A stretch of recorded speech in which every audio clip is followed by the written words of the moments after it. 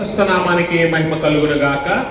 మన ప్రభువు ప్రియరక్షకుడైన యేసు ప్రభుల వారు మనలను మన కుటుంబాలను ప్రేమించి గడిచిన దినాలలో మనల్ని సంరక్షించి ఈ నూతన మాసంలోనికి మొదటి ఆదివారపు ఆరాధన, అలాగే త్రిత్వం తర్వాత మొదటి ఆదివారపు ఆరాధన, ప్రభురాత్రి సంస్కార ఆరాధనలోనికి మనందరిని నడిపించినందుకు, అలాగే ఆయన్ని స్తుతించి గణపరిచి ఆయన వాక్యాన్ని ధ్యానించే భాగ్యాన్ని మనకిచ్చినందుకు మొదటిగా తండ్రి అయిన దేవుని కృతజ్ఞతాస్తుతులు చెల్లిస్తున్నాను.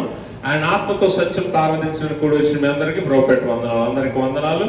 దేవుడు మిమ్మల్ని మీ కుటుంబాలను మెండుగా దీవించి ఆశీర్వదించును గాక. ఆమేన్. ఈ దినము ఏర్పరచబడిన 3 లేఖన భాగాలను మనం చదువుగా విన్నాం. పాత నిబంధన పాఠ్యభాగముగా ఇర్మియా గ్రంథము 9వ అధ్యాయం 23-24 వచనాలు, అలాగే పత్రిక పాఠ్యభాగంగా అపోస్తలుడైన పౌలు తిమోతికి రాసిన మొదటి పత్రిక 6వ అధ్యాయం 6 నుంచి 19 వరకు ఉన్న లేఖన భాగం, అలాగే సువార్త పాఠ్యభాగంగా లోకా సువార్త 12వ అధ్యాయం 13 నుంచి 21 వరకు ఉన్న లేఖన భాగాన్ని మనం చదువుగా విన్నాం. ఈ లేఖన భాగాల నుంచి ఈరోజు దేవుడు నేర్పిపోతున్న ఆత్మీయ పాఠాలను మనం జ్ఞాపకం నేర్చుకుందాం. మానవుడు తన జీవిత కాలంలో ఎదురయ్యే పరిస్థితులను బట్టి, సందర్భాలను బట్టి, ఆయా పరిస్థితికి సందర్భానికి తగినట్లుగా తన ఆలోచనను, తన ప్రణాళికను, తన ప్రవర్తనను, తన తీరును, తన మాటలను మార్చుకుంటూ ఉంటాడు. ఇది సర్వసాధారణం కదా.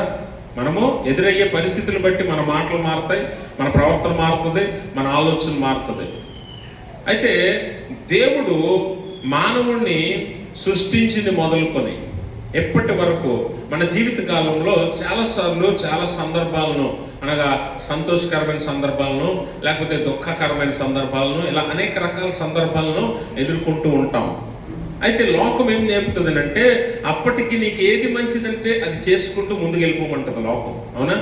మనకి ఏది మేలైతే, ఏది మంచిది అనిపిస్తే అది చేసుకుంటూ ముందుకు వెళ్ళిపోమంటుంది లోకం. కానీ దేవుని వాక్యము మనకు నేర్పుతున్న పాఠం ఏంటి అని అంటే, ఏ పరిస్థితుల్లోనైనా, ఎట్టి పరిస్థితుల్లోనైనా, ఎలాంటి సందర్భాల్లోనైనా మనము దేనికైతే కట్టుబడి ఉన్నామో దానికి కట్టుబడి ఉండాలి. ఆ దానికి కట్టుబడి ఉన్నప్పుడు మన మాట కానీ, మన ప్రవర్తన కానీ, మన తీరు కానీ ఏది కూడా మారకూడదు. దానికి అనుకూలంగా, దేనికైతే కట్టుబడి ఉన్నామో దానికి అనుకూలంగా మనం జీవించాలి, మాట్లాడాలి, ప్రవర్తించాలి. ఇది దేవుని వాక్యం చెప్పేది. అయితే మనం గమనించవలసిన విషయం ఏంటంటే, మనము పుట్టిని మొదలుకొని పెరుగుతూ, ఎదుగుతూ, ఫలిస్తూ, సంపాదిస్తూ మనం ముందుకెళ్తున్న క్రమంలో మనము దేవుణ్ణి మరిచి ఈ లోకంలో ఉన్న వాటి మీద దృష్టి పెట్టి వాటిని బట్టి మనము ఆనందిస్తూ ఉన్నాము, వాటిని బట్టి మనం జీవిస్తున్నాం, వాటి కొరకు మనం ప్రయాసపడుతున్నాం. అందుకని ఈరోజు పాత నిబంధన లేఖన భాగంలో దేవుడు మరికొద్ది దినాలలో నాశనానికి గురవబోతున్న యూదులను, యెరూషలేము పట్టణాన్ని, తన ప్రజలైనటువంటి జనాంగాన్ని హెచ్చరిస్తూ ఒక బలమైన హెచ్చరికను జారీ చేస్తున్నాడు ఇర్మియా ప్రవక్త ద్వారా. చూడండి, 9వ అధ్యాయం 23వ వచనంలో ఒక మాట మాట్లాడతాడు. యెహోవా ఇలాగు సెలవిచ్చుచున్నాడు, జ్ఞాని తన జ్ఞానమును బట్టి, శూరుడు తన శౌర్యమును బట్టి అతిశయింపకూడదు, ఐశ్వర్యవంతుడు తన ఐశ్వర్యమును బట్టి. చాలు గమనించారా? దేవుడు మానవ జీవితాలను పరిశీలించి, మానవుడు తన జీవితంలో చేస్తున్న పనులను బట్టి, ప్రవర్తనను బట్టి, మాటలను బట్టి దేవుడు మానవులైనటువంటి వారికి, ప్రత్యేకంగా అప్పుడున్న యూదులైనటువంటి వారిని హెచ్చరిస్తూ దేవుడు చెప్తున్న మాట ఏంటంటే, జ్ఞాని తన జ్ఞానమును బట్టి, శూరుడు తన శౌర్యమును బట్టి, ఐశ్వర్యవంతుడు తన ఐశ్వర్యమును బట్టి అతిశయింపకూడదు. ఇశ్రాయేలీయులకు, ఈరోజు మనకు దేవుడి సందేశాన్ని, హెచ్చరికను ఎందుకు ఇస్తున్నాడంటే, మనము పుట్టింది మొదలుకొని ఎదుగుతున్న క్రమంలో మనం సంపాదించుకున్న వాటిని బట్టి అతిశయిస్తాం. అందుకనే ఈ లేఖనంలో దేవుడు మానవుడు దేనిని బట్టి అతిశయించాలి, దేనిని బట్టి అతిశయించకూడదని 2 విషయాలు ఖచ్చితంగా వార్నింగ్ లాగా, హెచ్చరిక లాగా చెప్తూ ఉన్నాడు. అతిశయించకూడని విషయాలు ఏంటట? జ్ఞానము, బలము, ధనము. అర్థమైందా? జ్ఞానము, బలము, ధనము. ఈ మూడు పుట్టగానే మనకు రావు. వస్తాయా? పుట్టగానే వస్తాయా? ఎదుగుతున్న క్రమంలో మనం ఒక్కొక్కటిగా సంపాదించుకుంటాం. అయితే ఈ మూడు కూడా ఎవరివ్వాలి అని అంటే పరమందు ఆసీనుడైన దేవుని బహుమానమే ఇది. జ్ఞానమైన, బలమైన, ధనమైన దేవుడిచ్చు బహుమానాలే. అయితే ఈ క్రమంలో మనం ఏం చేస్తామంటే ఎదిగి సంపాదించుకొని ఈ మూడింటిని సంపాదించుకున్న తర్వాత మనము ఇచ్చిన దేవుణ్ణి మర్చి ఉన్న వీటిని బట్టి అతిశయిస్తున్నాం, వీటిని బట్టి ఆనందిస్తున్నాం. ఇంకా చెప్పాలంటే అతిశయం అనేది ఈ మూడు విషయాల్లోనే కాదు కానీ ప్రతి చిన్న విషయంలోనూ మానవుడు కనపరుస్తాడు. అతిశయం అనేది మాటల్లో చెప్పేదేం కాదు. కొన్నిసార్లు మన ప్రవర్తనలో కనిపిస్తుంది కదా, మన నడవడికలో కనిపిస్తుంది, మన ఆలోచనలో కనిపిస్తుంది అతిశయం. మనమేం ప్రతిసారి చూసావా నేను ఎంత గొప్ప అని చెప్పాల్సిన పని లేదు అతిశయించడానికి. నీ బట్టల్లో కనిపిస్తుంది కదా. కొన్నిసార్లు మంచి బట్టలు వేసుకున్నావు అనుకోండి, నాలాంటి బట్టలు ఎవరికి లేవనే అతిశయం నీలో కనిపిస్తుంది. నువ్వు మాట్లాడక్కర్లా, నువ్వు నడుస్తూ ఉంటేనే తెలిసిపోతుంది కదా. కొన్నిసార్లు బంగారం, విలువైన వస్తువులు వేసుకున్నప్పుడు ఇలాంటి బంగారం నా దగ్గర తప్ప ఎవరి దగ్గర లేదనిపిస్తుంది. అది కూడా అతిశయమే, కానీ నువ్వు మాట్లాడవు. కానీ నీ అతిశయం నీ ఒంటి మీద ఉన్న ఆభరణంతో చూపిస్తావు. అలా ప్రతి చిన్న విషయంలోనూ మనం అతిశయిస్తాం. ఇందాక నిజం చెప్పండి, ఇందాక ఆరాధన చేసినప్పుడు ఎంతమంది నిలబడ్డారు? ఆరాధన చేసినప్పుడు ఎంతమంది లేచి నిలబడ్డారు? నేను చూశాను. మీరు ఎవరో నాకు తెలుసు, కానీ మీరు ఇప్పుడు చేతులు ఎత్తక్కర్లేదు, నేను లేగలేదండి అని చెప్పక్కర్లే. నాకు తెలిసి నేను అందరినీ చూశాను. అంటే అది కూడా ఒక రకంగా అతిశయమే. నేను ఎందుకు నిలబడాల్సినంత అవసరం లేదులే, అది కూడా ఒక రకంగా అతిశయమే. అందుకే దేవుని సన్నిధిలో ఉన్నప్పుడు మనం దేవుని ఎదుట కూడా ఈ అతిశయాన్ని కనపరుస్తున్నాం అంటే ఎంత ప్రమాదకరమైందో ఒకసారి ఆలోచన చేయండి. అర్థమైందా?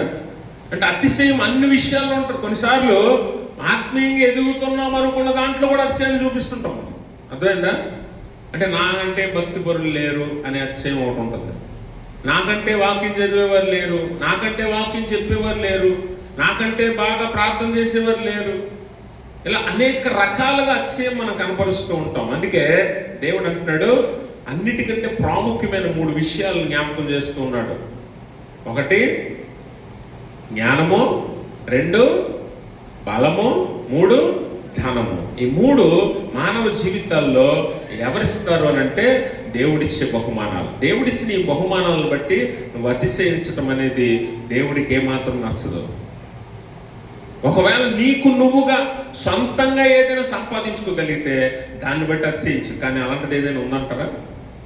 నీకు నువ్వుగా సంపాదించుకుంది ఏదైనా ఉందంటారా? అర్థమైందా? అందుకే భూమి మీద ఏది కూడా అతిశయించే కారణం లేదు అని అంటాడు దేవుని వాక్యంలో. ఎందుకంటే తల్లి గర్భంలో నిన్ను సృష్టించింది ఎవరు? దేవుడేనా? నీకు నువ్వుగా పుట్టలా, అవునా?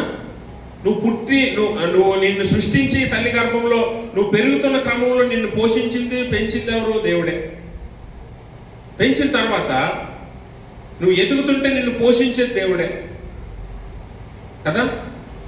ఒక వయసు వచ్చిన తర్వాత నీకు పెళ్లి చేసేది ఎవరు? నీకు నువ్వుగా చేసుకుంటున్నావా? అనుకుంటున్నావు నువ్వు, అంతే కదా. కానీ దేవుని వాక్యం అంటది భార్యట యెహోవా దానము, భార్య యెహోవా దానము. అంటే భర్తకి భార్య దానం అయితే భార్యకి భర్త కూడా యెహోవా ఇచ్చు దానమే. అంటే నీకు భర్తనైనా భార్యనైనా ఎవరు ఇవ్వాలి? దేవుడు ఇవ్వాలి. భార్యాభర్తలుగా నీ జీవితం కట్టబడిన తర్వాత పిల్లలు నువ్వు సొంతంగా తయారు చేసుకుంటావా? పిల్లల్ని గర్భఫలం యెహోవా ఇచ్చు అంటే అవి కూడా నీకు ఎవరు ఇవ్వాలి? అంటే పుట్టింది మొదలుకొని, తల్లి గర్భంలో సృష్టించబడింది మొదలుకొని చచ్చేదాకా నీ సొంతం అంటే ఏది లేదు. దేవునికి స్తోత్రం. అన్నీ దేవుడు నీకు సమకూరుస్తున్నాడు. అన్నీ నీకు దేవుడు సమయాన్ని బట్టి నీ అవసరతను బట్టి నీకు ఇస్తూ ఉన్నాడు. అంతే తప్ప నీ సొంతంగా సంపాదించింది ఏది లేదు. కాబట్టి నువ్వు సంతోషించడానికి, అతిశయించడానికి ఏ కారణము లేదు భూమి మీద. అర్థమైందా? అందులో భాగంగానే మానవుడు ఎక్కువగా అతిశయించే కారణాలు ఈ మూడే: ధనము, జ్ఞానము, బలము. అందుకనే జ్ఞాని తన జ్ఞానమును బట్టి అతిశయించకూడదు అంటాడు. జ్ఞానం ఎవరు ఇవ్వాలి? చూడండి, సామెతల గ్రంథం 2వ అధ్యాయం 6వ వచనం చదవండి. యెహోవాయే యెహోవాయే ఎవరి జ్ఞానం ఇచ్చేవాడు, తెలివియు వివేచనయు ఎక్కడి నుంచి వస్తాయి అంటే నీకు నువ్వుగా సంపాదించి. చాలా మంది ఏమనుకుంటుంది, కష్టపడి చదివానండి, కష్టపడి చదివాను, రాత్రి పగలు కష్టపడి చదివి నేను ఈ జ్ఞానాన్ని సంపాదించాను అనుకుంటారు చాలా మంది. కానీ ఎవరు ఇవ్వాలట? జ్ఞానము యెహోవా ఇవ్వాలి. ఇవ్వకపోతే మనం సంపాదించలేము జ్ఞానాన్ని. మరి జ్ఞానం ఎలా సంపాదించాలి? యెహోవా యందు భయభక్తులు కలిగి ఉండుటయే జ్ఞానమునకు మూలము. ఆయన యందు భయభక్తులు కలిగి ఉంటే ఆయన నీకు జ్ఞానాన్ని ఇస్తాడు. జ్ఞానం ఆయన వలనే కలుగుతుంది. ఆయన నోట నుండి జ్ఞానము పుడుతుంది. కాబట్టి గమనించాలి, ఆ జ్ఞానం ఎక్కడి నుంచి పుడుతుంది? దేవుని నోట నుంచి పుడుతుంది అనే మాట చెప్పింది ఎవరట? జ్ఞాని అయిన సొలొమోను. అర్థమైంది మీకు? సామెతలు ఎవరు రాశారు? జ్ఞాని అయిన సొలొమోను. జ్ఞాని అంటే ఎలాంటి జ్ఞాని? ఇక మునుపు ఎవడు రాడు, అంతకు ముందు ఎవడు లేడు అన్నటువంటి గొప్ప జ్ఞాని అయిన సొలొమోను ఈ మాట చెప్తున్నాడు. జ్ఞానం ఎక్కడి నుంచి రావాలి? ఎక్కడి నుంచట? యెహోవా నోట నుంచి రావాలి. జ్ఞానం ఇచ్చేవాడు యెహోవాయే. యెహోవా యందు భయభక్తులు కలిగి ఉంటే ఎవడైనా జ్ఞానం సంపాదించుకోవచ్చు. అయితే ఇప్పుడు దేవుని దగ్గర నుంచి సంపాదించుకున్న దీన్ని బట్టి నువ్వు అతిశయించవచ్చా? సంతోషించవచ్చా? గర్వంగా ఉండొచ్చా ఈ జ్ఞానాన్ని బట్టి? అంటే మరి జ్ఞాని అయిన సొలొమోను జ్ఞానాన్ని బట్టి అతిశయించాడు. ఏమయ్యాడు? చివరికి భ్రష్టత్వంలో పడిపోయాడు. ఇందాక మనం పాట పాడుకున్నాం, చక్కని పాట, నన్ను దిద్దుము. 4వ చరణం తీయండి. జ్ఞానమంతయు పాడు చేసితి కాననైతిని నాయనా, జ్ఞానమంతయు పాడు చేసితి.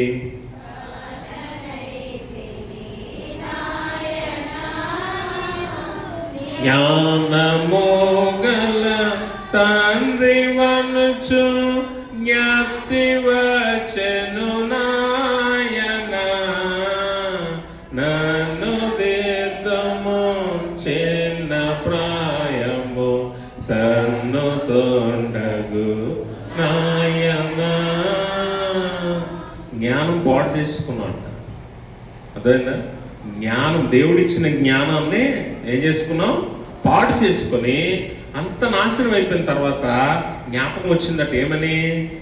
తండ్రే కదా అసలైన జ్ఞానవంతుడు అని తండ్రి వద్దకు వెళ్ళడం మనము గమనించాలి. సొలొమోను తన జ్ఞానాన్ని బట్టి అతిశయించి తను చేయిస్తే ఏదైనా కరెక్టే అనుకుని ఏం చేశాడట? చివరికి తన అన్య భార్యల మాటలు విని మరి భ్రష్టత్వంలోకి వెళ్ళిపోయినట్లుగా మనం చూస్తాం లేఖనాల్లో. అంటే జ్ఞానమును బట్టి అతిశయిస్తే, నీకున్న డిగ్రీని బట్టో, నీకున్న ఉద్యోగాన్ని బట్టో, నీకున్న స్టేటస్ని బట్టో, లేకపోతే నీకున్న పేరు ప్రఖ్యాతులను బట్టో ఒకవేళ నువ్వు అతిశయిస్తే అది నీ యొద్ద నుండి తీసివేయబడుతుంది అన్న విషయాన్ని కూడా నువ్వు గుర్తుంచుకో. అందుకే దేన్ని బట్టి నువ్వు అతిశయించకూడదని దేవుడు స్పష్టంగా చెప్తున్నాడు. ఎందుకంటే ఇశ్రాయేలీలు దేన్ని బట్టి అతిశయిస్తున్నారు తెలుసా? ఇశ్రాయేలీలు దేన్ని బట్టి అతిశయిస్తున్నారంటే వారికి ఉన్న సైనిక బలగాన్ని బట్టి, వారికి ఉన్న దేవాలయాన్ని బట్టి, వారికి ఉన్న ధర్మశాస్త్రాన్ని బట్టి వారు అతిశయిస్తున్నారు. అందుకే వారు దేవుని చేత ప్రత్యేకపరచబడిన జనాంగమని, దేవుని చేత ఎన్నుకోబడిన జనాంగమని, మాకంటే ప్రత్యేకమైన జనాంగం భూమి మీద లేదని వారు చాలా మంది అతిశయపడ్డారు. యూదులు దేవాలయం బట్టి అతిశయించారు. 2 సార్లు దేవుడు దేవాలయాన్ని అన్యులకు అప్పగించాడు, నేలమట్టం చేశారు. సొలొమోను కట్టిన దేవాలయాన్ని, ఆ తర్వాత కట్టిన 2వ దేవాలయాన్ని పూర్తిగా నేలమట్టం చేశారు, అన్యులకు అప్పగించాడు దేవుడు. దేన్ని బట్టి అతిశయిస్తున్నారు? దేవుడిని బట్టి కాదు, దేవాలయాన్ని బట్టి అతిశయించారు. అది నేలమట్టం చేశాడు దేవుడు. అర్థమైందా? దేశాన్ని బట్టి, వారి దేశాన్ని బట్టి, సైనిక బలాన్ని బట్టి వారు అతిశయించారు. ఆ దేశమే వారికి లేకుండా చెరలోనికి పంపించాడు దేవుడు. చెరలోనికి పంపించాడు దేవుడు. దేన్ని బట్టి? వారి నేలను బట్టి, వారి స్వస్థలాన్ని బట్టి, వారు జీవిస్తున్న దేశాన్ని బట్టి అతిశయించి వారి దేవుణ్ణి విడిచిపెట్టారు. ఆ నేల మీదే వారు లేకుండా చెరలోనికి పంపించాడు దేవుడు బుద్ధి వచ్చే వరకు. అర్థమైందా? మనం దేన్ని బట్టి అతిశయిస్తున్నామో, దేన్ని బట్టి రెచ్చిపోతున్నామో, దేన్ని బట్టి గర్విస్తున్నామో దాన్ని దేవుడు మన దగ్గర నుంచి తీసివేస్తాడు అన్న విషయాన్ని ఈ లేఖనం ద్వారా మనం అర్థం చేసుకోవాలి. కాబట్టి నీకున్న జ్ఞానాన్ని బట్టో, నీకున్న డిగ్రీని బట్టో, నీకున్న ఉద్యోగాన్ని బట్టో అతిశయించొద్దు. రెండోది ఏంటి? బలం. ఇందాక చెప్పాను, పుట్టగానే మనం మూడింటిలో ఏది సంపాదించలేము. పుట్టగానే చిన్నపిల్లలకు బలం ఉంటుందా? పెరుగుతున్న కొలది దేవుడు దయచేస్తాడు. బలం ఇచ్చేవాడు ఎవరట? యెహోవా కొరకు ఎదురు చూచువారు నూతన. ఎవరి కొరకు ఎదురు చూడాలట? యెహోవా కొరకు. అనగా దేవుని మీద ఆధారపడి ఆయన కొరకు ఎదురు చూస్తే దేవుడు నూతన శక్తి, నూతన బలాన్ని మనకిస్తాడు, మనల్ని లేవనెత్తుతాడు. చాలాసార్లు మనం గమనించాలి, దేవుడు మన పట్ల ఎన్నో బలమైన కార్యాలు చేస్తూ ఉంటాడు. మనము శక్తి చేత బలహీనులుగా ఉన్నప్పుడు బలాన్ని నింపి మనల్ని లేవనెత్తుతూ ఉంటాడు. మీరు గమనించాలి, ప్రత్యేకంగా అపోస్తలులైన పౌలుని జ్ఞాపకం చేసుకుంటే, పౌలు తన మిషనరీ ప్రయాణంలో అపోస్తల కార్యాల గ్రంథాల్లో మీరు చదివితే, మిషనరీ ప్రయాణాల్లో ఉన్నప్పుడు ఎన్నోసార్లు బలహీనుడైపోయాడు. మీరు తన శ్రమలు మనం చూస్తే, తన శ్రమల్లో మరి ఒకరోజు వాడ పగిలి ఒక రాత్రి పగలు సముద్రంలో ఉన్నానంటాడు. ఇంకొకసారి 1 తక్కువ 40 కొరడా దెబ్బలు. ఎన్నిసార్లు తిన్నాడట? ముమ్మారు 1 తక్కువ 40 కొరడా దెబ్బలు నేను తిన్నాను అన్నాడు. ఇన్ని దెబ్బలు తింటే బలహీనపడ్డా? ఒక రాత్రి పగలు సముద్రంలో వాడ పగిలిపోయి నీటిలో తేలుతూ ఈత కొడుతూ మనము మునిగిపోకుండా ఉండాలంటే ఎంత శక్తి పోద్ది అంటే, కొన్నిసార్లు చెరసాల్లో వేశారు, కొన్నిసార్లు రాళ్లతో కొట్టారు, కర్రలతో కొట్టారు. ఇలా అనేక రకాల శ్రమలు పౌలు అనుభవిస్తూ కూడా ఆయన ఒక మాట అంటాడు. ఏంటో తెలుసా? నేను ఎప్పుడు బలహీనున్నో అప్పుడే నేను. ఈ మాట చెప్పగలిగే ధైర్యం పౌలుకి ఎందుకు వచ్చిందో తెలుసా? దేవుడే తనని బలం చేత నింపి లేపి నడిపించాడు. చెరసాల్లో ఉంటే తప్పించాడు, మళ్ళీ వచ్చి సువార్త చేశాడు. సముద్రంలో ఉంటే చచ్చిపోతాను అనుకుంటే అందులో నుంచి బయటికి తీసుకొచ్చాడు, మళ్ళీ బలం చేత నింపాడు. అలాగే ఇంకా రాళ్లతో కొట్టినప్పుడు, కర్రలతో కొట్టినప్పుడు, అనేక రకాలుగా శారీరక బలహీనత వచ్చినప్పుడు, బలహీనుడిగా పడిపోయినప్పుడు దేవుడు లేపాడు, శక్తి చేత లేపి బలపరిచాడు, నడిపించాడు. ప్రాముఖ్యంగా మరి వాడ పగిలిపోయిన తర్వాత అపోస్తలులైన పౌలు ఏం చేస్తాడంటే, మెలితే అనే దీవిలోకి వెళ్తాడు. ఎక్కడికి? మెలితే అనే ఒక ఐలాండ్లోకి వెళ్ళిపోతాడు. అక్కడ ద్వీప ప్రజలందరూ రాత్రి వేళ మంట వేసుకుని కూర్చుంటే వాళ్ళ దగ్గరికి వెళ్ళి మంట దగ్గర కూర్చుంటాడు అపోస్తలులైన పౌలు. కూర్చున్నాక ఒక పుల్లలేరుదాం, అందరూ పుల్లలేస్తున్నారు మంటలు అని చెప్పి పౌలు కూడా పుల్లలేరుకొని తీసుకొచ్చి ఆ మంటలు వేద్దాం, మన వంతు సాయం మనం అని చెప్పి పుల్లలేరుతుంటే ఒక భయంకరమైన విష సర్పము పౌలు చేతిని పట్టుకుంటుంది. పౌలు చేతిని పట్టుకోగానే ఆ దీపంలో ఉన్న వాసులందరూ అనుకుంటారు చచ్చిపోయాడు పౌలు ఇంకా చచ్చిపోయాడు. ఎలాంటి పాము కరిచాక బతికే మానవుడు ఎవడు లేడు అని అనుకున్నారు. పౌలు ఏం చేశాడు? ఆ పాముని జాడించి అగ్గిల్లో వేసాడు. పాముని ఇలా దులిపి అగ్గిల్లో పడేసాడు. పౌలుకి ఏమైనా అయిపోద్దని వాళ్ళు ఎదురు చూస్తున్నారు, చచ్చిపోవాలి కదా, ఎంత విషసర్పం కరిసిన తర్వాత బతకడం అంటే జరగదు కదా. పౌలేంటి ఇంకా నిలబడ్డాడు, పౌలేంటి ఇంకా మాట్లాడుతున్నాడు, పౌలేంటి మనతో కూర్చున్నాడు అనుకుంటున్నారు వాళ్ళు. కానీ పౌలుకి ఏం అవ్వకపోవటం అనేది దేవుని శక్తి, దేవుని బలం అనే విషయాన్ని మనం గమనించాలి. కొన్నిసార్లు ఆశ్చర్యకరమైన కార్యాలు మన జీవితంలో జరుగుతాయి. మరి వైద్యులు మన జీవితాల్లో అనారోగ్యం వచ్చినప్పుడు, లేకపోతే భయంకరమైన రోగాలు మనల్ని ఎదురైనప్పుడు, మనం రోగాల పాలైనప్పుడు వైద్యులు కూడా మా వల్ల కాదేమో ఇలాంటిది అనిపిస్తుంది. వైద్యులు కూడా అంతు చిక్కని రోగాలు చాలా ఉన్నాయి భూమి మీద. అలాంటి రోగాలు వచ్చినప్పుడు వైద్యులు కూడా ఏం చేయాలని ఎదురు చూస్తున్నప్పుడు దేవుడు కొన్నిసార్లు అద్భుత రీతిగా మరి స్వస్థతనిస్తాడు. అలాంటప్పుడు వైద్యులు కూడా ఆశ్చర్యపడిపోతారు. వైద్యులు కూడా ఆశ్చర్యపడే రీతిలో దేవుడు స్వస్థత కార్యాలు చేయగలంటే బలం చేత నింపుతాడు, శక్తి చేత నింపుతాడు, మన శరీరాలను లేవనెత్తి నడిపిస్తాడు. అందుకే పౌలు అంటాడు, నేను ఎప్పుడు బలహీనుడినో అప్పుడే బలవంతుడిని. అందుకే మన బలము చేత మనం ఏమి కూడా అతిశయించకూడదు. మన బలం చేత మనము అతిశయించకూడదు. అందుకే దేవుని వాక్యంలో కీర్తనకారుడు అంటాడు, కొందరు గుర్రములను బట్టి రథములను బట్టి అతిశయించుతున్నారు, మనమైతే మన దేవుడైన యెహోవా నామమును బట్టి అతిశయించుదము. ధనాన్ని బట్టో, లేకపోతే మన ఆస్తిని బట్టో, ధనాన్ని బట్టో, గుణాన్ని బట్టో, లేకపోతే మన జ్ఞానాన్ని బట్టో, బలాన్ని బట్టో మనం అతిశయిస్తున్నాం. ఇశ్రాయేలు కూడా అదే, వారి సైనిక బలాన్ని బట్టి అతిశయిస్తున్నారు, అలాగే వారి జ్ఞానాన్ని బట్టి అతిశయిస్తున్నారు. కొద్ది రోజుల్లో చెరలోకి పోబోతున్నామని తెలియక వారు జ్ఞానమును, ధనమును, బలమును నమ్ముకున్నారు, దేవుణ్ణి నమ్ముకోలేక. అందుకే దేవుడు హెచ్చరిస్తున్నాడు ఇశ్రాయేలీయుల్ని, మీరు నేను ఇచ్చిన బహుమానాలను బట్టి హెచ్చరిస్తున్నారు. ఎవరైనా మీకు మంచి ఫ్రెండ్ మీ పుట్టినరోజు నాడో పెళ్లి రోజునో లేకపోతే ఏదైనా ఒక స్పెషల్ రోజున మీకు ఒక మంచి బహుమానం ఇచ్చాడు అనుకోండి, బహుమానాన్ని బట్టి ఆనందిస్తావా? బహుమానం ఇచ్చి నీ స్నేహితుడిని బట్టి ఆనందిస్తావా? ఒకవేళ నువ్వు బహుమానాన్ని బట్టి ఆనందిస్తే నీకంటే స్వార్థపరురాలు ఎవరు ఉండరు. అంత మంచి బహుమానం ఇచ్చిన ఆ వ్యక్తిని బట్టి ఆనందిస్తే నువ్వు మంచి స్నేహితురాలు, అంతేనా? అవునా కాదా? అలాగే నీకు జ్ఞానము ధనము బలము ఇచ్చిన దేవుడిని బట్టి నువ్వు ఆనందిస్తే నువ్వు మంచి విశ్వాసవి, దేవుని బిడ్డవి. ఒకవేళ దేవుడు ఇచ్చిన జ్ఞానాన్ని ధనాన్ని లేకపోతే బలాన్ని బట్టి నువ్వు ఆనందించావా, నువ్వు నీకంటే స్వార్థపరుడు ఎవరు లేడు. జ్ఞాని అయిన సొలొమోను తన జ్ఞానాన్ని నమ్ముకున్నాడు, నశించిపోయాడు. మరి అలాగే సంసోను, మనకు తెలుసు సంసోన్ అంత శారీరక బలం ఎవరికి లేదు. ఉందా? ఒక్క చిన్న ఉదాహరణ మనం జ్ఞాపకం చేసుకుంటే, దవడ ఎముక పట్టుకొని గాడిద దవడ ఎముక పట్టుకొని 1000 మందిని చంపగలిగిన ఒక గొప్ప యుద్ధ శూరుడు ఎవరు? సంసోను. తన బలాన్ని నమ్ముకున్నాడు. నన్ను ఎవడేం చేయలేడు అనుకున్నాడు. ఫిలిస్తీన్లే కాదు, ఎవడొచ్చినా నన్నేమీ చేయలేరు అనుకునే గర్వించాడు. తన బలాన్ని బట్టి అతిశయించాడు. తన బలాన్ని బట్టి ఏమైపోయాడు? ఫిలిస్తీన్లకే బందీ అయిపోయాడు కదా. ఫిలిస్తీన్లకే బందీ అయిపోయాడు. ఒక బలశాలి, ఒక శారీరక దారుఢ్యం కలిగి 1000 మందిని ఆపగలిగి 1000 మందిని చంపగలిగే ఒక యుద్ధశూరుడు ఏమైపోయాడు? చివరికి తన బలాన్ని నమ్ముకుని తన బలాన్ని బట్టి అతిశయించి ఫిలిస్తీన్ల దగ్గర చెరసాలలో 2 కళ్ళు పీకేసుకొని మరి గానుగలో ఒక గానుగ ఎద్దు తిరిగినట్టు గాను చుట్టూ తిరుగుతున్నాడు, కళ్ళు పోగొట్టుకొని గుడ్డివాడే. బలాన్ని నమ్ముకుంటే బలాన్ని బట్టి అతిశయిస్తే చివరికి ఇలాగే పడిపోయే ప్రమాదం ఉంది. అర్థమైందా? జ్ఞాని అయిన సొలొమోను జ్ఞానాన్ని బట్టి అతిశిస్తే సంసోను తన బలాన్ని బట్టి అతిశించి పడిపోయాడు. ధనం. మూడోది ఏంటి? ఐశ్వర్యవంతుడు తన ఐశ్వర్యం బట్టి అతిశయించకూడదు.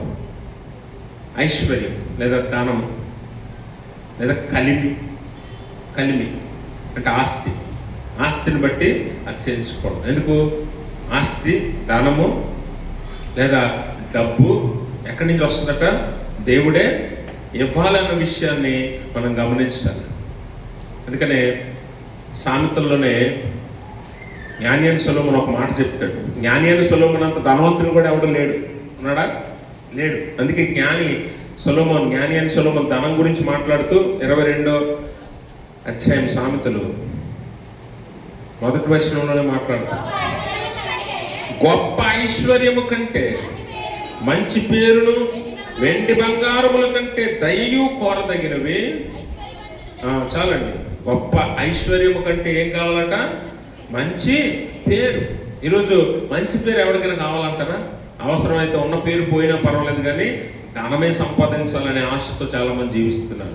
ధనాన్ని బట్టి అతిశయించేవారు ఉన్నారు. నాకు డబ్బు ఉంది, నాకే లోటు లేదు అని అతిశయించేవారు చాలా మంది ఉన్నారు. దయచేసి జ్ఞాపకం చేసుకోండి ప్రభునందు ప్రియమైన స్నేహితులారా, నీ ధనము నీకు అక్కరకు రాదు, నీ జ్ఞానము నీకు అక్కరకు రాదు, నీ బలము నీకు అక్కరకు రాదు అన్న విషయాన్ని మనం గమనించాలి. కాబట్టి ధనమును బట్టి లేదా ఐశ్వర్యమును బట్టి అతిశయించేవాడు ఐశ్వర్యము అక్కడికి రాని స్థితిలో మరి పశ్చాత్తాపడే పరిస్థితి ఎదురవుతుంది. నా డబ్బు నన్నేమి చేయలేకపోయింది, నా డబ్బు నన్ను కాపాడలేకపోతుంది, నా డబ్బు నన్ను ఏమాత్రం కూడా ఒక్కరోజు కూడా ముందుకి జరిగించలేకపోతుందని ధనాన్ని సంపాదించి ధనాన్ని బట్టి ఎవడైతే అతిశయిస్తాడో వాడు పశ్చాత్తాపడే రోజు ఒకటి ఉంది అన్న విషయాన్ని మనం గమనించాలి. ఎందుకనంటే ఈ ధనవంతులైనటువంటి వారు లేదా ధనాన్ని సంపాదించాలనే ఆశ కలిగిన వారు ధనాన్ని బట్టి అతిశయించడం అనేది చాలా ప్రమాదం. ఎందుకంటే మానవ జీవితాల్లో మనకు ఎదురయ్యే అన్ని అతిశయాల్లో కూడా ఈ ధనాన్ని బట్టి అతిశయించేవారు చాలా ఎక్కువ మంది ఉంటారు. ధనాన్ని బట్టి అతిశయించేవారు చాలా ఎక్కువ మంది ఉంటారు. ఎందుకంటే ఎలాగైనా డబ్బు సంపాదించాలి, ధనవంతులు అవ్వాలి, లేకపోతే ధనాన్ని కూడగొట్టాలి, లేకపోతే ధనవంతులుగా మనల్ని మనం చూపించుకోవాలి అని ధనవంతులుగా అతిశయించడానికి ఎంతోమంది ఇష్టపడుతూ ఉంటారు. ఇది ఎంత ప్రమాదం అని అంటే, ధనం అనేది కేవలము మానవ కల్పితము. ధనం అనేది మానవ కల్పితం అంతే. ఒకప్పుడు బార్టర్ సిస్టమ్ ఉండేది. బార్టర్ సిస్టమ్ అంటే ఏంటి?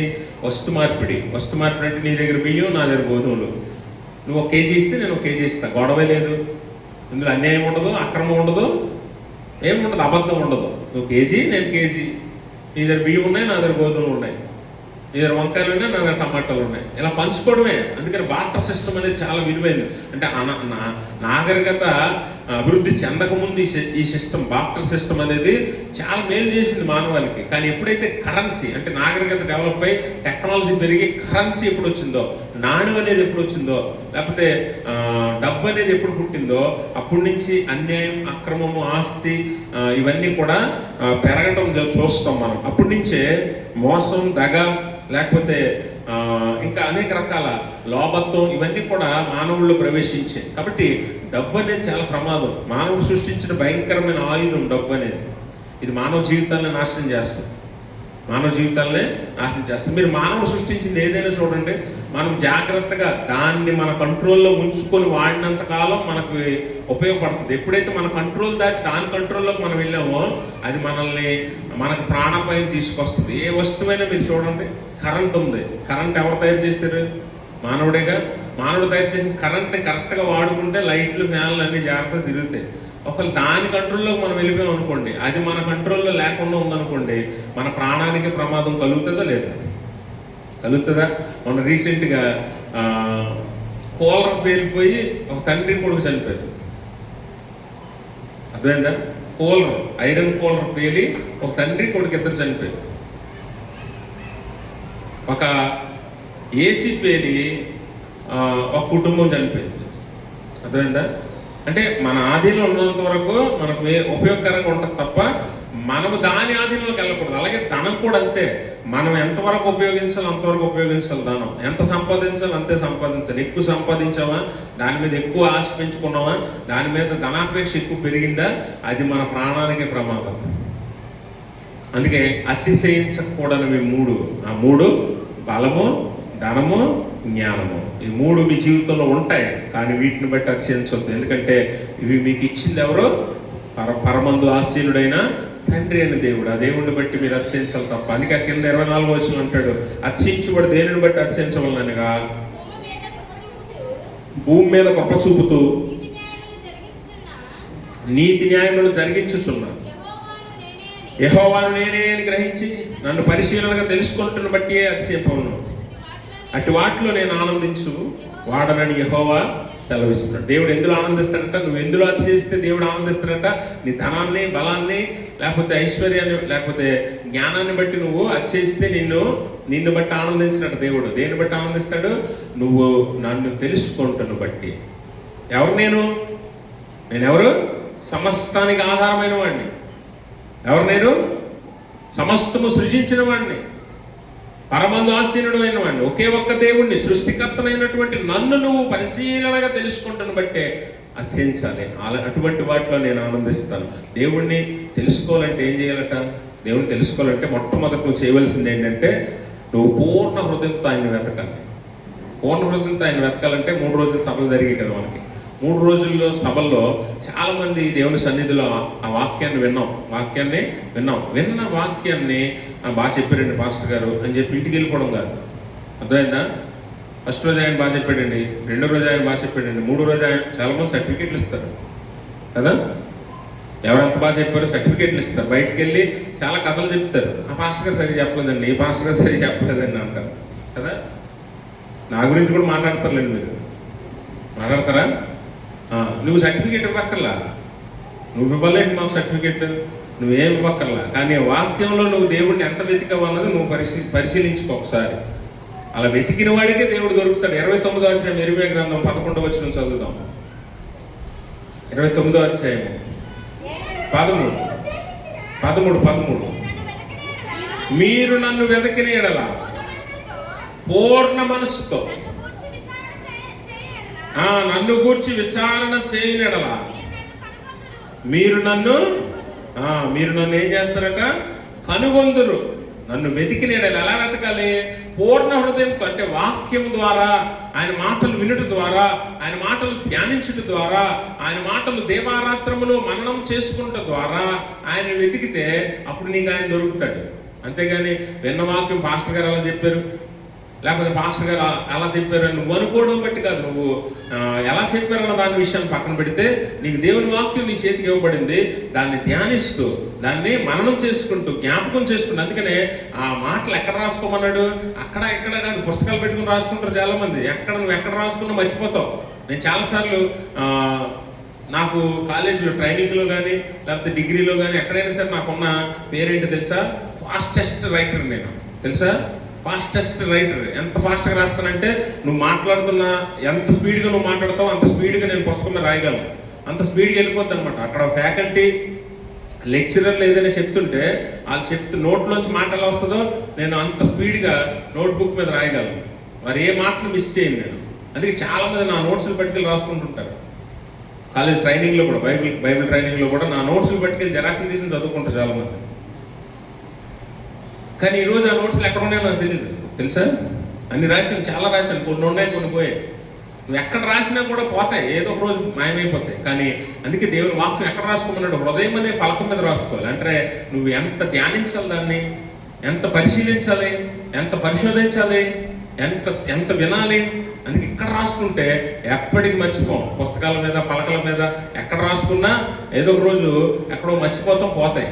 కానీ హృదయం మీద రాసుకోవాలట. అప్పుడు అలాగ పూర్ణ హృదయంతో ఆయన వెతికితే నీకు ఆయన దొరుకుతాడు. ఆయన ఆజ్ఞలు గైకుంటే ఆయన నువ్వు ఎరుగుంటావు. తెలుసుకోవడం అంటే ఎలాగా, మొహం తెలుసు పేరు తెలిస్తే సరిపోద్దా? మొహం తెలుసు పేరు తెలిస్తే సరిపోద్దా? మనం దేవుడిని ఎరుగుండాలంటే ఏం చేయాలట, మొహం తెలిసి పేరు తెలిస్తే సరిపోదు. దేవుడి పేరు ఏం పేరు? యెహోవా లేదా యేసుక్రీస్తు ప్రభుల వారు. ఆయన మొహము ఏదో ఫోటోల్లో చూపిస్తున్నారు కదా, ఫోటోల్లో చూస్తే సరిపోద్దా? ఆయన ఎవరో నీకు తెలియాలంటే ఏం చేయాలట, ఆయన ఆజ్ఞలను గైకొనాలి. 1 యోహాను పత్రిక 2వ అధ్యాయము 3వ వచనం ఒకసారి చదువుతాం, స్పీడ్గా తీయాలి. మరియు మనం ఆయన ఆజ్ఞలను గైకొని ఉండిన ఎడల, చూడండి, మనం ఆయన ఆజ్ఞలను గైకొని ఉండిన ఎడల దాని వల్లనే మనం ఆయన ఎరుగుందు. అంతేనా? మనం ఎందువల్ల ఆయన ఎరుగుందమట, ఆయన ఆజ్ఞలు గైకొనటం వల్లే మనం ఆయన ఎరుగుంటాం, ఆయన్ను వెంబడించటం వల్లే ఆయన ఎరుగుంటాం. అంతేగాని ఆయన పేరు తెలిస్తే, ఆయన ముఖం తెలిస్తే, లేకపోతే ఆయన గుణాలు తెలిస్తే సరిపోదు. ఆయన ఆజ్ఞలు గైకుంటే దాన్ని బట్టే మనం ఆయన ఎవరో మనం ఎరుగుంటామట. ఆయన ఎవరో మనకు తెలిస్తే, అంటే ఆయన మనసు ఏంటో మనకు తెలియాలి. దేవుడి మనసు ఏంటో మనకు తెలియాలి. దేవుని మనసు ఏంటో మనకు తెలియాలంటే ఆయన ఏ మార్గాన్ని వెంబడించాడో ఆ మార్గంలో వెళ్ళాలట. ఆయన మనసు ఏంటి? నిన్ను వల్లే నీ పొరుగు వాడిని ప్రేమించమన్నాడు. ప్రేమించిన వాని కోసం ప్రాణం పెట్టినవాడు ఆయన కదా. అందుకని పొరుగు వాడిని ప్రేమించడం బట్టి కూడా దేవుడు ఎవరో నీకు తెలుస్తుందట. దేవుడు ఎవరో నీకు తెలుస్తుంది. అందుకే యేసుప్రభువు వారు ఏమంటాడంటే, చిన్నవారిలో ఒకరిని చేర్చుకుంటే నన్ను చేర్చుకున్నట్టే, ఈ ఆకలి కొన్న వారికి ఒకరికి ఆహారం పెడితే నాకు ఆహారం పెట్టినట్టే, దాహం కొన్న వారికి దాహం ఇస్తే నాకు ఇచ్చినట్టే, బట్టలు లేని వారికి బట్టలు ఇస్తే నాకు ఇచ్చినట్టే అని యేసుప్రభువు వారు చెప్తాడు. ఎందుకు తెలుసా? పొరుగు వానికి నువ్వు చేసేదాన్ని బట్టే దేవుడు ఎవరో నీకు తెలుస్తుంది, దేవుడు ఎలాంటి వాడో నీకు తెలుస్తుంది, ఆయన మనసు ఏంటో నీకు తెలుస్తుంది. మనసు తెలుసుకోవటమే దేవుడిని ఎరుగు ఉండటం. అంతేగాని పేరు తెలిస్తే చాలు. నీ దేవుడు ఎవరంటే యేసుప్రభువు అని చెప్తే సరిపోదు. నీ దేవుడు ఎలాంటి వాడో నువ్వు చెప్పాలి, అప్పుడే ఆయన ఎవరో నీకు తెలిసినట్టు. అర్థమైందా? ఆయన ఎరుగు ఉండాలంటే ఆయన పూర్ణ హృదయంతో వెతకాలి, ఆయన ఆజ్ఞలు గైకొనాలి, ఆయన వల్లే పొరుగు అని ప్రేమించాలి. ఇందాక మనము ఆరాధనలో ఒక కన్ఫెస్ చేసాం. ఏంటది? ఆయన ఆజ్ఞ ప్రకారము మనమును ఒకరినొకరము ప్రేమించి, మనము ఒకరినొకరము ప్రేమించుకుంటామని మనం కన్ఫెస్ చేసాం ఇందాక కమ్యూనియన్ ఆరాధనలో కదా. ఆయన ఆజ్ఞ ప్రకారం ఆయన ప్రేమించుచున్నట్లు, ఆయన మనల్ని ప్రేమించుచున్నట్లు ఆయన ఆజ్ఞ ప్రకారం మనమును ఒకరినొకరు ప్రేమించుకుందాం. ఎందుకనైనా మనము ఒకే రొట్టెను పాలుపుచ్చుకొనుచు ఒకే పాత్రలో త్రాగుచున్నందున మనమందరము ఒక్క శరీరమై ఉన్నాం. కాబట్టి మనం ఒకరినొకరు ప్రేమించుకోవటమే దేవుణ్ణి ఎరిగి ఉండటం అన్న విషయాన్ని ఈ లేఖనం తెలియజేస్తుంది. మరి ముఖ్యంగా యేసుక్రీస్తు ప్రభుల వారి ద్వారా దేవుడు ఎవరో నీకు తెలుస్తుంది. యోహాను సువార్త 14వ అధ్యాయం యేసుప్రభువు వారు అంటాడు, ఫిలిప్పుతో మాట్లాడతాడు. చూడండి 7వ వచనం చదవండి, 9వ వచనం, 9 అమ్మా. ఫిలిప్పు, నేను ఎంతకాలం నీ వద్ద ఉండినను నీవు నన్ను ఎరుగవా? నన్ను చూచినవాడు. చాలు మీరు ఎలా అడుగుతున్నారో అని అడుగుతాడు. అంటే మీరు గమనించాలి, యేసుప్రభువు అంటున్నాడు, నా ద్వారా తప్ప ఎవడు తండ్రి వద్దకు వెళ్ళలేడు. ఫిలిప్పు, ఇంతకాలం నన్ను చూసావు, నన్ను చూస్తే తండ్రిని చూసినట్టు కాదా? మళ్ళీ ఎలాగా తండ్రిని కనపరచమని అడుగుతున్నావు? నేను నా తండ్రి ఒకటే, నన్ను చూస్తే నా తండ్రిని చూసినట్టే, అందుకే నా ద్వారా తప్ప ఎవడు తండ్రి వద్దకు వెళ్ళడు అని చెప్పి యేసు ప్రభువు వారు ఖచ్చితంగా చెప్పాడు. పరలోకానికి నేనే మార్గమని, ఒకే ఒక్క మార్గమని, ఏకైక మార్గమని స్పష్టంగా ఎందుకు చెప్పాడంటే, యేసు ప్రభువుని తెలుసుకుంటే తండ్రిని తెలుసుకున్నట్టే, దేవుడిని తెలుసుకున్నట్టే, దేవుడు ఎలాంటి వాడో నీకు అర్థమైనట్టే. అందుకే యేసు ప్రభువు ఈ లోకానికి వచ్చి నరావతారిగా జీవించి మనకు మాదిరి ఉంచాడు. ఆ మాదిరిని తెలుసుకుంటే, ఆయన మాదిరి చొప్పున జీవిస్తే, ఆయన్ని పూర్ణ హృదయంతో వెతికితే నువ్వు ఆయన కనుగొంటావు. ఆయన బట్టి ఆనందించు, ఆయన బట్టి నువ్వు ఆనందిస్తే నిన్ను బట్టి దేవుడు ఆనందిస్తాడు, నిన్ను బట్టి దేవుడు ఆనందిస్తాడు. లోకంలో డబ్బు, జ్ఞానము, లేకపోతే బలాన్ని బట్టి ఆనందిస్తే 3 ఎలా వచ్చాయో అలాగే పోతాయి. 3 ఎలా వచ్చాయో అలాగే పోతాయి. నువ్వు ఆ వయసులో ఉన్నప్పుడు బలం ఉండదు, ఎవరి కాలంలోకి వచ్చాక మంచి బలం వస్తుంది, శారీరక బలం. కానీ మళ్ళీ ముసలితనంకి వచ్చేసరికి బలం అంతా పోతుంది కదా. ధనం అంతే, ఎప్పుడు వస్తుందో ఎప్పుడు పోతుందో తెలియదు, ఎప్పుడు వస్తుందో ఎప్పుడు పోతుందో తెలియదు. అలాగే జ్ఞానం కూడా అంతే. జ్ఞానం అంటే జ్ఞాపకం. ముసలి వయసులో చాలామంది మర్చిపోతుంటారు కదా. ముసలి వయసులో చాలామంది మర్చిపోతుంటారు. ముసలి వయసు దాకా ఇప్పుడే మర్చిపోతున్నాను నేను, తెలుసా? కొన్ని విషయాలు నేను మర్చిపోతుంటాను. ఒక్కొక్కరికి ఒక మరుపు ఉంటుంది. జ్ఞానము నెమ్మదిగా క్షీణిస్తుంది ఒక సమయానికి, తెలుసా? అన్నీ ఎలా వచ్చి అలా పోతాయి. అందుకే దేన్ని బట్టి అతిశయించాలట? ఇప్పుడు ఉన్న వాటిని బట్టి కాదు, ఇప్పుడు నువ్వు సంపాదించిన వాటిని బట్టి కాదు, లేకపోతే మీ తాత ముత్తాతలు సంపాదించిన బట్టి కాదు. ప్రత్యేకంగా ధనం గురించి ఈరోజు లోకమంతా కూడా అస్తవ్యస్తం అయిపోయింది. ధనాన్ని బట్టి అతిశయించడం బట్టే కదా. అందుకనే పత్రిక పాఠంలో అపోస్తలుడైన పౌలు అంటాడు, సంతుష్టి సహితమైన దైవభక్తి గొప్ప లాభసాధనమై ఉన్నది. మనం ఈ లోకంలోనికి ఏది తేలేదు, ఏమీ తీసుకొని పోలేము అన్నప్పుడు మరి ఏం సంపాదిస్తున్నాం ఈ జీవిత కాలంలో? అది కదా ప్రశ్న. ఏమండి, మనము ఏమీ తేలేదు, ఏమీ తీసుకోపోలేము. అలాంటప్పుడు ఈ జీవిత కాలంలో 50 సంవత్సరాలు, 60 సంవత్సరాలు, 70 సంవత్సరాలు, 80 సంవత్సరాలు బతుకుతావు కదా. ఈ 70-80 సంవత్సరాలు బతికి సంపాదించింది ఏంట్రా అంటే, నువ్వు తీసుకుపోలేనిది సంపాదించుకుంటే నీ జీవితం వ్యర్థమే కదా. నీ జీవితం వ్యర్థమేనా? అందుకని దేవుడు అంటున్నాడు, ధనాన్ని, బలాన్ని, జ్ఞానాన్ని నమ్ముకుని అతిశయించొద్దు. అది నీ దగ్గర ఉండదు, అది నీ దగ్గర ఉండదు. ఎలా వచ్చాయో అలాగే పోతాయి. కాబట్టి దేవుణ్ణి తెలుసుకుంటున్న బట్టి, దేవుణ్ణి వెంబడించటం బట్టి, దేవుణ్ణి ఆరాధించటం బట్టి నువ్వు అతిశయిస్తే నిన్ను బట్టి నేను ఆనందిస్తాను, నిన్ను బట్టి నేను ఆనందిస్తాను. అందుకనే అక్కడ అంటాడు, తిమోతికి రాస్తూ అంటాడు, నా ప్రియ ఆత్మీయ కుమారుడు తిమోతి, చాలామంది లోకంలో ధనాన్ని నమ్ముకొని ధనాపేక్ష చేత వారిని వారు పొడుచుకొని వారిని వారు నాశనానికి తెచ్చుకున్నారు. ధనం సంపాదించాలనే ఆశతో లోభంలోనికి, ఉరిలోనికి, అలాగే దురాశలోనికి వెళ్ళిపోయారు. చూడండి, అక్కడ చదివితే అక్కడ ఒక మాట, చక్కని మాట మనం చదువుతాం. 6వ అధ్యాయంలో 9వ వచనం చూడండి. ధనవంతులకు అపేక్షించి వారు శోధంలోను, ఉరిలోను, అవివేకయుక్తములను, హానికరములైన అనేక దురాశల్లోను పడుదురు. అట్టి మనుషుల నష్టంలోను, నాశనంలోను ముంచివేయును. ఎందుకనగా ధనాపేక్ష సమస్తమైన కీడులకు మూలము. కొందరు దాన్ని ఆశించి విశ్వాసం నుండి తొలగిపోయి నానా బాధలతో తమను తామే పొడుచుకున్నారట. అంటే తన జీవితాన్ని వారే నాశనం చేసుకున్నారు. ధనాపేక్ష ఎలాంటిదంటే, ధనాపేక్ష అనేది లేదా దురాశ అనేది పాపం అనేది ఎలాంటిదంటే ఒక భయంకరమైనది. అందుకనే యాకోబు భక్తుడు అంటాడు, దురాశ అనేది గర్భం ధరించి పాపమును కనగా పాపం పరిపక్వమై మరణానికి. అంటే ఇది లోతుకు తీసుకెళ్తే తప్ప నిన్ను బయటికి తీసుకురాదు ఇది. అందుకని పాపం అనేది ఒక ఊబి లాంటిది అంటాడు, దొంగ ఊబి ఏం చేస్తుంది? ఊబిలో ఎప్పుడైనా కాలేసి అలా నిలబడి ఉండు, పైకి వస్తావా లోపలికి వెళ్తావా? ఊబి ఎప్పుడు కూడా దాని గుణం ఏంటంటే లోపలికే తీసుకెళ్తుంది, మనిషిని బయటికి రానిదు. పాపం కూడా అంతే, దొంగ ఊబి లాంటిది. అది నిన్ను లోపలికి తీసుకెళ్ళిపోద్ది. ఎక్కడి నుంచి? దురాశ దగ్గర మొదలై పాపం పూర్తిగా నిన్ను కమ్మేసి పాపం వల్ల వచ్చే జీతం మరణం దాకా తీసుకెళ్ళిపోద్ది. అందుకని ధనాపేక్ష సమస్తమైన కీడులకు మూలము. ధనాన్ని సంపాదించడానికి ఆశపడకో. మీరు గమనించాలి, ఇక్కడ 2 ప్రాముఖ్యమైన విషయాలు. ధనాపేక్ష వేరు, ధనవంతులుగా ఉండుట వేరు. అర్థమైందా? ధనాపేక్ష వేరు, ధనవంతులకు ఉండటం వేరు.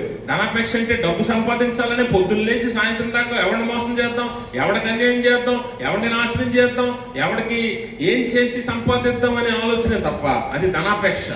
ధనవంతులు ఉండుట అంటే దేవుడు ఆశీర్వదించబడిన వారు. చూడండి, అందుకే ఇక్కడ అంటాడు 17వ వచనం చూడండి, ఇహమందు ధనవంతులైన వారు గర్విష్ఠులు కాక అస్థిరమైన ధనమునందు నమ్మిక ఉంచక సుఖముగా అనుభవించుటకు సమస్తమును మనకు ధారాళముగా దయచేయి దేవుని అందే నమ్మిక ఉంచండి.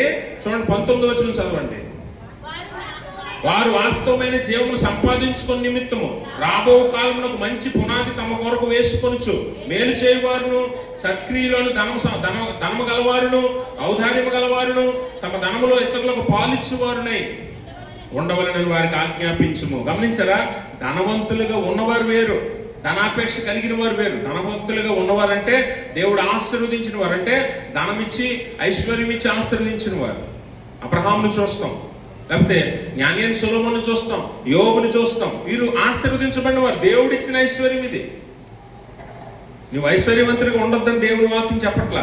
ఐశ్వర్యవంతుడిగా ఉండు, ఎప్పుడు దేవుడు నీకు ఇస్తే తీసుకో, అంతేగాని ధనమే సంపాదించాలని పొద్దు నుంచి సాయంత్రం దాకా. మన మాస్టర్ గారు చెప్పారు కదా మీటింగ్లో, 1000 రూపాయలు వస్తుందని చెప్పి ఆలయాన్ని మానేసుకొని నువ్వు పనుల్లోకి వెళ్ళిపోతున్నావు కదా, అది అనాపేక్ష. అంటే ఆ 1000 రూపాయల కోసం దేవుడిని విడిచిపెట్టి వెళ్ళిపోయే మనస్తత్వం. ఇంకోటి 2000 ఇస్తానన్నాడు అనుకోండి, 2000కైనా వెళ్ళిపోతావు కదా. అంటే ధనాపేక్ష అనేది నిన్ను ఎంతవరకు లాక్కెళ్తుందో చూడండి. అంటే దేవుని వదిలేసి దేవుని సన్నిధి నుంచి దూరంగా తీసుకెళ్లే ప్రమాదకరమైన పాపం ఇది. అందుకని ధనం మీద అపేక్ష వదిలేసుకో, దైవాపేక్షతో బతుకు. అందుకనే దేవుని వాక్యం ద్వారా తిమోతికి పౌలు హెచ్చరిస్తున్నాడు. చూడండి ఇక్కడ 11వ వచనం, దైవజనుడా నీవైతే వీటిని విసర్జించి నీతిని, భక్తిని, విశ్వాసమును, ప్రేమను, ఓర్పును, సాత్వికమును సంపాదించుకుంటూ ప్రయాసపడు. ఫాలో దీస్ అంటే వీటిని వెంటాడు. కింద ఏమనుంటుంది చూడండి ఫుట్ నోట్లో, వెంటాడు అంటే దాని వెనక పరిగెట్టు, డబ్బు వెనక పరిగెట్టద్దు. దేని వెనక? డబ్బు వెనక పరిగెట్టద్దు. ఈరోజు మనం డబ్బు వెనక దేశాలు దాటి వెళ్ళిపోతున్నాం కదా. డబ్బు వెనక ప్రయాసపడుతూ మనుషులను దాటి వెళ్ళిపోతున్నాం, కుటుంబాలను వదిలేసుకుని వెళ్ళిపోతున్నాం. ఎవరు అక్కర్లేదు, డబ్బు ఉంటే చాలు అనుకుంటున్నాం చివరికి. ఎంత ధనాపేక్ష చూడండి. ధనాపేక్ష కాదు, దైవజనుడా నువ్వైతే, విశ్వాసి నువ్వైతే దైవాపేక్ష కలిగి ఉండు, ధనాపేక్ష కాదు. దేవుని కోసం ప్రయాసపడు, దేవుని గుణ లక్షణాలను వెంటాడు, వాటి వెనకాల పరిగెట్టు. లాభం ఉంటుంది, మేలు ఉంటుంది. ధనాన్ని వెంబడించి నాశనం అయిపోయిన వారు ఎంతో మంది ఉన్నారు కదా. అలెగ్జాండర్ మనకు తెలుసు, చచ్చిపోయేటప్పుడు 3 చెప్పాడు. 3 ఒక ప్రాముఖ్యమైన విషయం ఏంటంటే తను సంపాదించిన బంగారం, వజ్రాలు, లేకపోతే ఇతర విలువైన రాళ్ళు, ధనము, కాయిన్స్ కానీ కరెన్సీ కానీ అతని శవ యాత్రలో శవం వెళ్తుంటే ఆ శవం మీద చల్లేమన్నాడు సంపాదించిందంతా. ఎందుకు?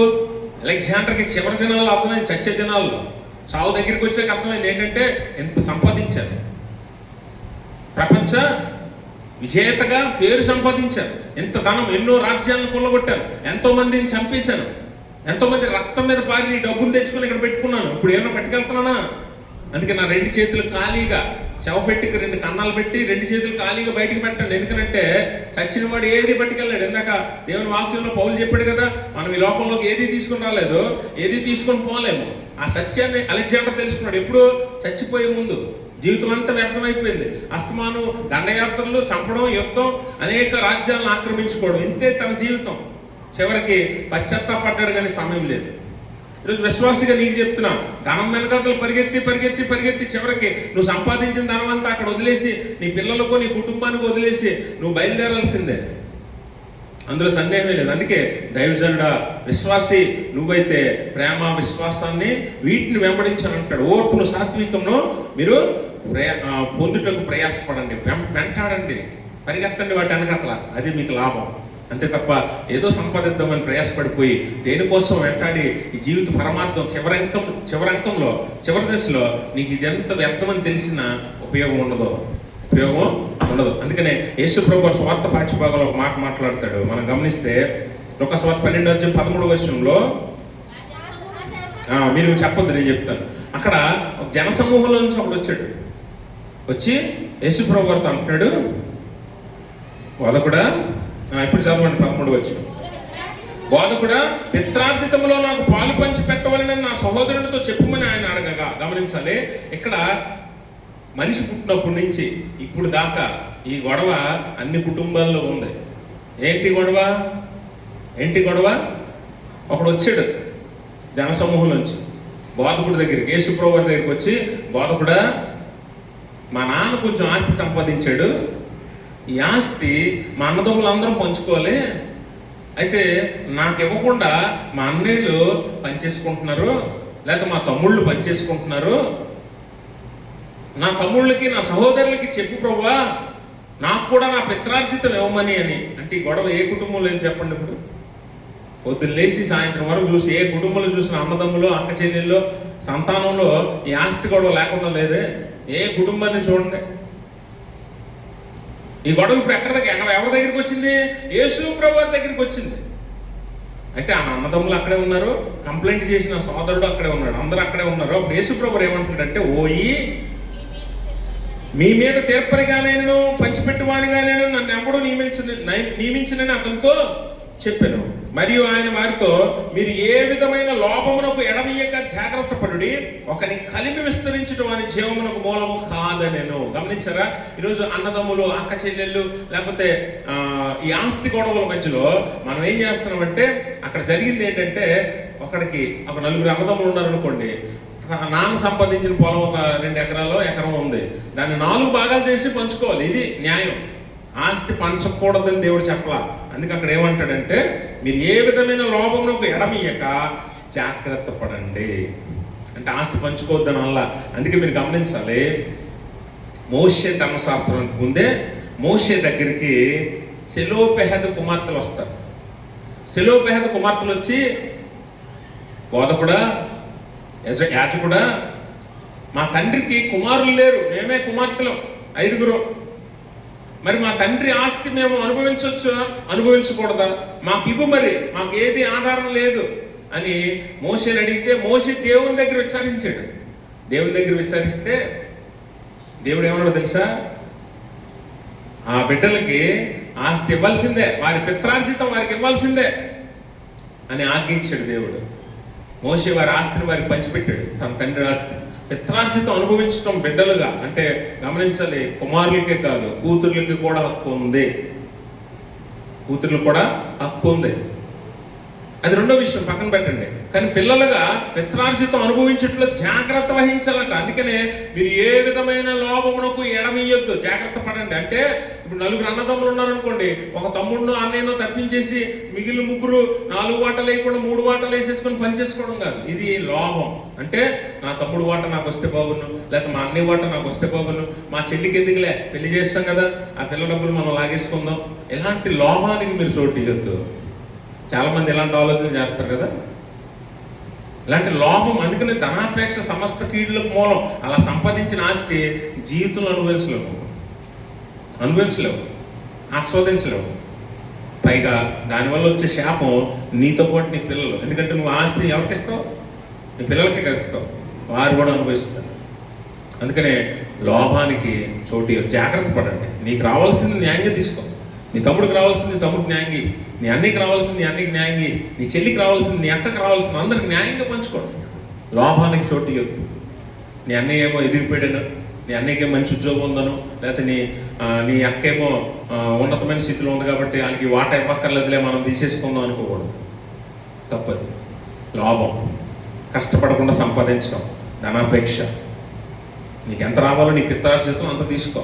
అందుకని అక్కడ అంటాడు, ఒకడట తన ఆస్తి పొలం విస్తారంగా పండితే ఆ పొలాన్ని బట్టి ఏం చేయాలని, విస్తారమైన ధనం సంపాదించేసాను, ఇప్పుడు ఏం చేయాలని చెప్పి కొట్లు విప్పించి గొప్పవి పెద్దవి కట్టించుకొని అందులో తన ఆస్తిని సమకూర్చుకొని ప్రాణంతో అంటున్నాడట, ఆ ప్రాణమా తినుము తాగుము సుఖించు, విస్తారమైన ఆస్తి నీకు సమకూర్చబడింది అంటే. అప్పుడు యేసు ప్రభు గారు అంటాడు, ఓరే వెర్రివాడ, ఓ ఫూలిష్ అని ఉంటుంది అక్కడ. ఫూల్, వెర్రివాడ, స్టూపిడ్ అంటే మూర్ఖుడా, ఈ రాత్రి నీ ప్రాణం అడిగితే నువ్వు సంపాదించింది ఇదంతా ఎవరికవద్దు?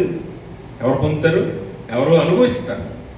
అందుకనే ప్రయాసపడి ఏదో సంపాదించేద్దామని లోకం వెంట ధనం వెంట పరిగెత్తకో, చివరికి మిగిలేది ఏముండదు, పశ్చాత్తాపం తప్ప. అదే దేవుని గుణలక్షణాలైన ప్రేమ, సాత్వికము, ఓర్పు, ఔదార్యాన్ని వెంబడిస్తే ఖచ్చితంగా నువ్వు మేలు పొందుతావు. ఎందుకంటే దాన్ని బట్టి నువ్వు ఆనందించవచ్చు.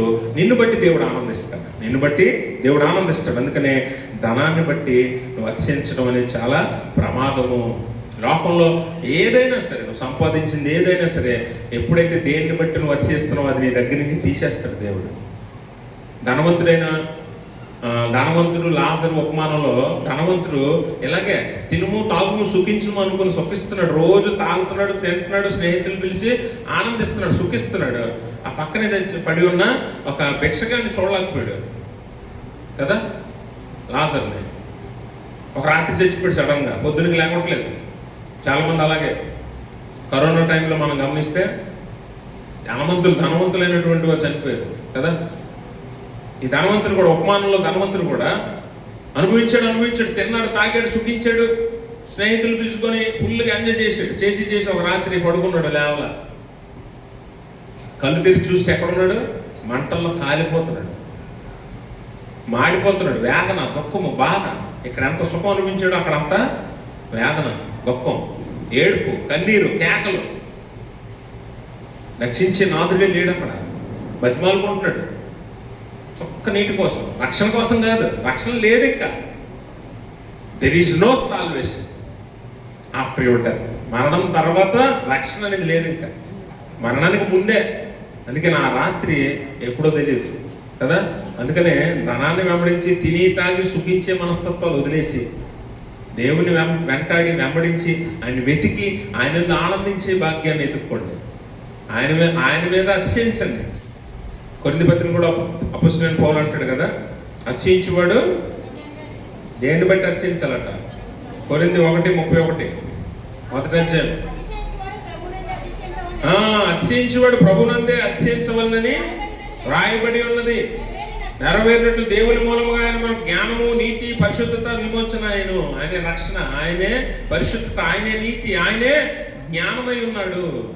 అప్పుడు యేసు ప్రభువు లేకపోతే ఇందులోంచి తప్పించుకోలేము. కాబట్టి దయచేసి గమనించండి, ధనం మీద వ్యామోహాన్ని మానేయండి. దేవుడు నీకు ఇవ్వాల్సింది, నీకు రావాల్సింది తప్పక రప్పిస్తాడు. దానికి అడ్డే లేదు. నీ కష్టార్జితం నువ్వు అనుభవిస్తావు. అందుకే దేవుని వాక్యం ఉంటుంది, నీవు నీ చేతుల కష్టార్జితం నిశ్చయంగా అనుభవిస్తావు. నువ్వు కష్టపడింది ఏది నిన్ను వదిలిపోదు.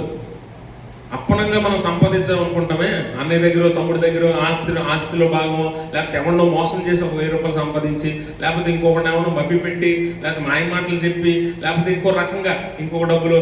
అందుకని కొంచెంలో కూడా మన నమ్మకంగా ఉండాలి. ఎవడైనా డబ్బులు ఇచ్చాడు అనుకోండి, పలానా తీసుకురాని, ఆడికి 100 రూపాయలు అయితే 150 అని చెప్పి 50 రూపాయలు దాచుకొని, ఈ రకం మనస్తత్వాలన్నీ కూడా ధనాపేక్షకు సంబంధించినవే. రకమైనవి ధనాపేక్షకు సంబంధించినవే. అలా సంపాదించిన ఏ రూపాయి నీ దగ్గర నిలవదో, పైగా దానివల్ల వచ్చే పాపము, దానివల్ల వచ్చే శాపము నువ్వు నీ పిల్లలు అనుభవించాలి. అందుకే ధనాపేక్ష అనేది చాలా ప్రమాదం. మానవుడు చేసిన భయంకరమైన ఆయుధం ధనం. కాబట్టి ఆ ధనాన్ని ఎప్పుడు కూడా మనం అపేక్షించకూడదు. ఆశ కలిగి దాని మీద బతకూడదు, దానికోసం ప్రయాసపడకూడదు. అది అవసరానికి అంతే. అవసరానికి ఏమండి, మనకు నచ్చింది మంచి ఆహారం మన కళ్ళ ముందు ఉంది, ఎంత తినగలవు? నీకు ఎంత అవసరమో అంతే తినగలవు, అంతేనా? అంతకు మించి నువ్వు తినలేవు. ఎంత మంచిదైనా సరే, అంతకు మించి నువ్వు తినలేవు. ధనం కూడా అంతే. ఎంత కావాలో అంతవరకు ఉంటే బాగుంటుంది.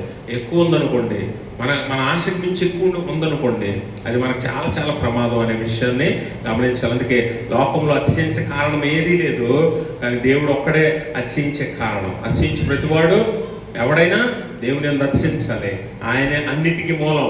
ఆయనే నీకు బలమైన, జ్ఞానమైన, ధనమైన, ఇతర ఏవైనా నీకు ఇచ్చేది. వాటిని బట్టి అర్చిస్తే నువ్వు నాశనమైపోతావు. దేవుని బట్టి అర్చిస్తే నువ్వు రక్షించబడతావు. దేవుడు నిన్ను బట్టి అర్చిస్తాడు, సంతోషిస్తాడు. పరలోకంలో ఉండే భాగ్యాన్ని నీకు ఇస్తాడు. కాబట్టి దయచేసి గమనించండి, లోకంలో ఉన్నవి ఏమైనా మన అవసరం తీరిపోగానే విడిచిపెట్టాల్సిందే కదా, వదిలిపెట్టాల్సిందే. వాటిని పట్టుకొని మనము ఇది నాది, నా సొంతం అనుకుంటే చివరికి ఒట్టి చేతులతో వెళ్ళాల్సి ఉంటుంది ఈ లోకంలో నుంచి. అందుకే ధనాపేక్ష సమస్త కీడులకు మూలము. ధనవంతులు అవుట ప్రమాదం. వారు చాలామంది ఉరిలో, శోధనలో, దురాశలో, నాశనంలో పడిపోయారు చాలామంది. అందుకనే ధనవంతులు ఉన్నవారు ఇప్పటికే దేవుడు మిమ్మల్ని ఆశీర్వదిస్తే ధనంతో, మీలాంటి వారు గర్విష్ఠులు కాక సత్క్రియలనే ధనాన్ని సంపాదించుకోండి అంటాడు. యేసుప్రభువు వారు ఏమంటాడు? ఈ లోకంలో మీ కొరకు ధనాన్ని సంపాదించుకోవద్దు. ఎక్కడ సంపాదించుకోవాలి? పరలోకంలో సంపాదించుకోమంటాడు. అక్కడ చిమ్మెట కొట్టదు, తుప్పు పట్టదు. భూమి మీద అయితే చిమ్మెట కొడుతుంది, తుప్పు పడుతుంది, దొంగ కన్నం వేసి దొంగిలిస్తాడు. పరలోకంలో నీ ధనాన్ని ఎవరు దొంగిలించడు. కాబట్టి ఎక్కడ సంపాదించుకోవాలట? ధనం ఉన్నవారు. ధనవంతులుగా ఉండటం తప్పు కాదు, గుర్తుపెట్టుకోండి. ధనాపేక్ష కలిగి ఉండడమే ప్రమాదం. ధనవంతులు ఉన్నవారికి ఏం చెప్పమంటున్నాడు అపోస్తలుడు పౌలు? ధనవంతులు ఉన్నవారు గర్విష్ఠులు కాక సత్క్రియలనే ధనాన్ని సంపాదించుకొని వారి ధనములో ఇతరులకు పాలిచ్చేవారుగా ఉండండి. అంటే ఆహారం, ఆకలిగా ఉన్నవాడికి అన్నం పెట్టడం, దాహంగా ఉన్నవాడికి దాహానికి ఇవ్వటం, అలాగే వస్త్రాలు లేని వాడికి వస్త్రాలు ఇవ్వటం, ఇబ్బందుల్లో ఉన్నవాడికి సహాయం చేయటం. అలా వారి ధనంలో ఎవడైతే పాలిభాగస్తులుగా ఇతరులను కలుపుకుంటాడో, వారి అవసరతలకు ధనాన్ని ఇస్తాడో వారు సత్క్రియలు చేసినట్టు. సత్క్రియలే మన పరలోకమందు ధనం. ఆ ధనాన్ని సంపాదించుకోండి. ఈ భూమి మీద ఉన్న ధనంతో. ఈ భూమి మీద ఉన్న ధనం ఏదో ఒక రోజు వదిలేసి వెళ్ళిపోవాలి. ఈ వదిలేసే బదులు నీ కష్టార్జితం కాబట్టి నీ ధనము, దేవుడు నిన్ను ఆశీర్వదించి నీ ధనంతో పరమందు ధనాన్ని సంపాదించుకో. సత్క్రియలు చేసి. ఏంట సత్క్రియలు అంటే? నిన్ను వల్ల నీ పొరుగు అని ప్రేమించు, ఆకలి ఉన్న వారికి అన్నం పెట్టు, దాహం ఉన్న వారికి దాహానికి, వస్త్రాలు లేని వారికి వస్త్రాలు, రోగులుగా ఉన్న వారిని పరామర్శించు. ఇలా ప్రతి ఒక్కరిని నీ ధనములో పాలిభాగస్తులు చేసుకో. అదే నీ పరలోకంలో ధనం సమకూర్చడం అంటే.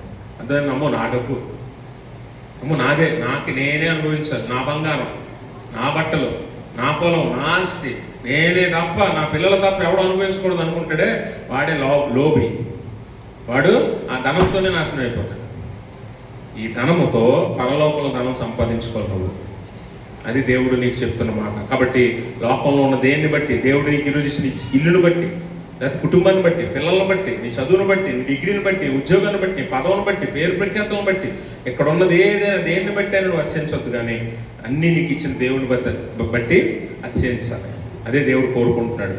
అటువంటి ఉన్నతమైన స్థితి, అటువంటి మంచి విశ్వాసంలో మనం ఎదిగే స్థితి మనందరం పొందాలంటే దేవుణ్ణి పూర్ణ హృదయంతో వెతకాలి, ఆయన ఆజ్ఞలు గైకొనాలి. క్రీస్తు ద్వారా ఆయన చేరుకోవడానికి క్రీస్తుని వెంబడించి మనం నడవాలి, ఇతరులను ప్రేమించాలి, ధనాపేక్ష లేకుండా దైవాపేక్షతో జీవించాలి. అలాగే లోభం లేకుండా మనకు కలిగినది అందరికీ పంచిపెట్టేవారుగా మనం ఉండాలి. అట్టి స్థితి దేవుడు తన పరిశుద్ధాత్మ ద్వారా మనందరికీ దయచేయును గాక.